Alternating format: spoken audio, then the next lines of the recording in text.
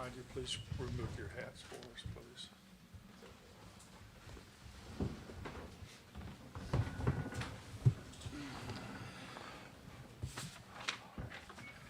Once again, for those of you coming late, please turn off your cell phones, name and affiliation, no video.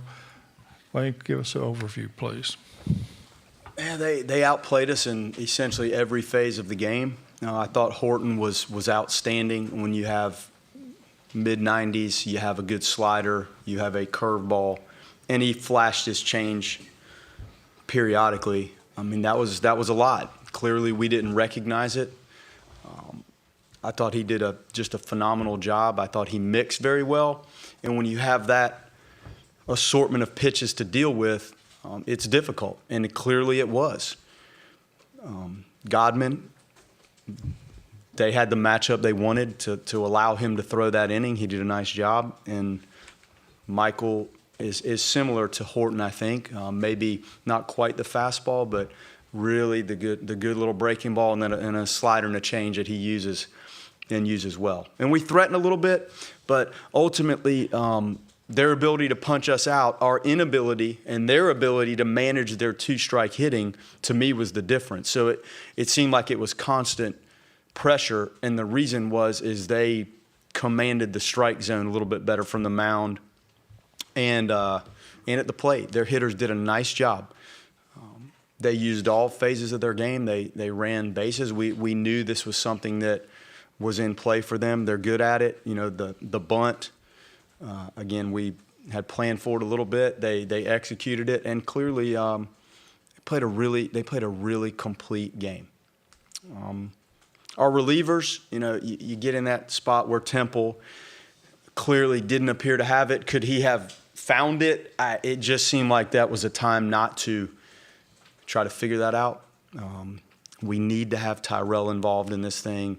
And he got out of it, and our relievers, if I'm not mistaken, all got the guy they came in to face, and nobody could really settle and consistently string sequences together to limit them. We didn't finish them off. And again, to their credit, they really fought through some at-bats and had some big two-strike at-bats up and down the lineup. They played a really, really nice game. You know, Dave's home run was a big boost for us. We needed it, and Carter had competitive at-bats all day. It just wasn't consistent enough, but at the end of the day, when you strike out 14 times, you're not forcing them into enough, and they beat us.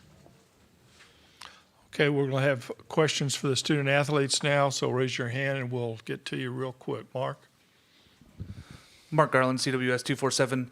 Carter and David, it's been almost 2 months since you guys have lost back-to-back games. How, as players, do you guys flush it and get ready for that next one? Carter, you start, please.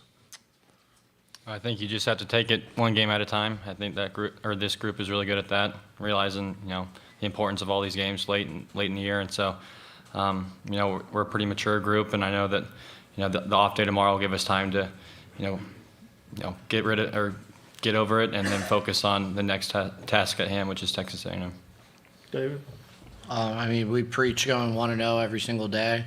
So you kind of sit on this one, and when we come out on Tuesday, try to go 1-0 there.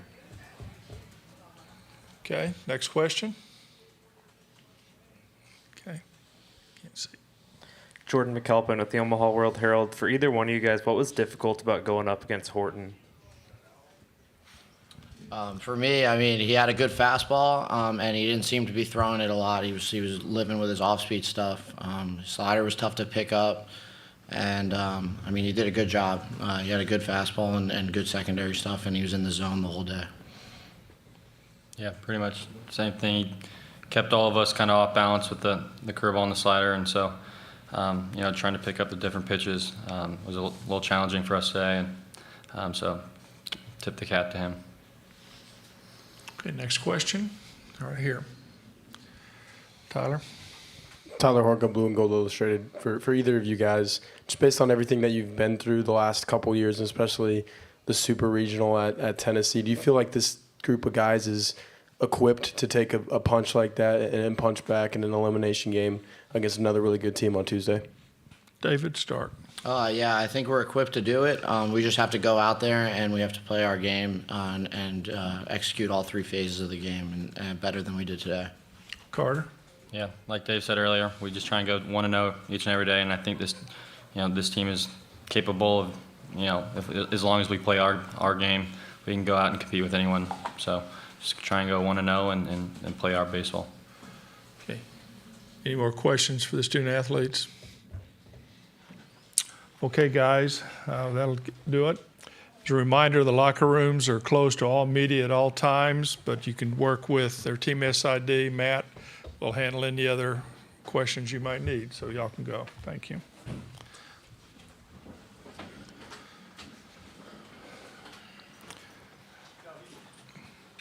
As an aside, you will be the home team Tuesday. You will be the home team Tuesday.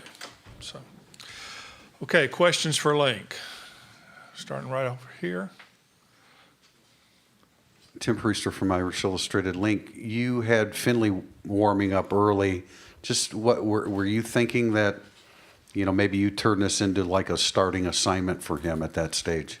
Tim, that was interesting. You're managing the game and you're wanting to keep it in striking distance, and it just didn't feel good. Like Temple didn't have it, and as we got a little deeper in the lineup, the thought was maybe Terrell can go in there against the guys it looked like he was going to see, versus in the first inning, if it had gotten really messy, maybe in the middle more, we might have felt like, let's just use Finley and try to get out of this and let him extend. That was our thinking. But once we felt like it was good for Terrell to face the guys and get out of that and then extend, that's why they were both going early. And that's not what you're hoping you're thinking in the first inning, but we were. And Finley has been good coming in and handling some traffic lately like he did in the regional, and that hadn't been Aiden's forte lately. So we were trying to get one in a position maybe to navigate not as much of a stressful situation, to then flip it and come out clean and really essentially turn it into a start. And Aiden just wasn't quite sharp. He got the pop up in the comebacker, and you're like, all right, here we go. Now we can settle in, and this should settle the game for us. And it wasn't. And they battled. They had some tough 2-strike hits, and they weren't damaging us a lot, but the damage was putting it in play and repetitive quality at bats, and we just couldn't finish them off. They did a great job with it. Okay, next question. Okay, here. Sean Steyer's Irish Breakdown. Just what you kind of finished with right there, did it sort of feel like you were watching a mirror image of what you typically see from your guys? Yes, yes, it is. That's, you saw a little bit of it Friday. That ability they had to finish us didn't give us enough opportunities to truly threaten them.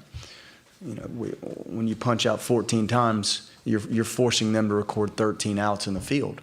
And if it's not in play, there's no chance that little thing falls in or that ground ball works through there. And that's clearly what they did, and that pendulum swung in their favor, in essence, to me, because of that. And they got the bunt down, and you just have to record an out on that. Like, it was set up almost to have a chance at the plate, and he didn't think he did, and that's poor execution that led to more when you hope you're really expecting that play.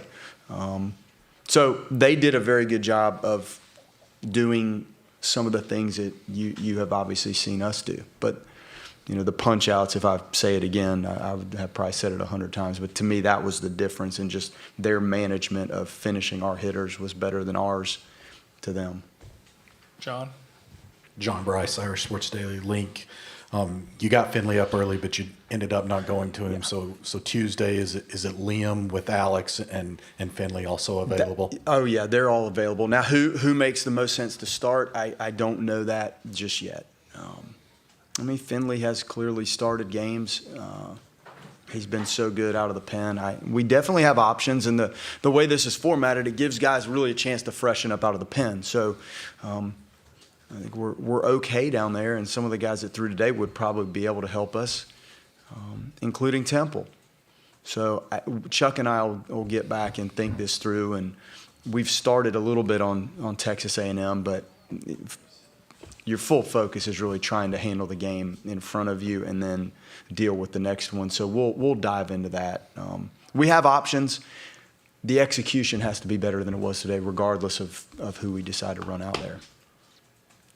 Okay, this will be our last question for Travis. Travis Brown, Bryan, College Station Eagle. Coach, what do you know of A&M, and how do you feel like the two teams match up? I don't know a whole lot about them just yet. This is a lot when you're getting ready for the one game. Again, we put our focus more on that. So we haven't studied a ton. Now we have what we need. Now it's just a matter of constructing it and diving in. So I haven't gotten that deep onto them. That'll be obviously tonight and like all day tomorrow to try to figure out how to manage them. Clearly they wouldn't be here if they weren't more than capable of playing well. So it'll be a big College World Series game. Thank you. Thank you, guys. We'll see you Tuesday.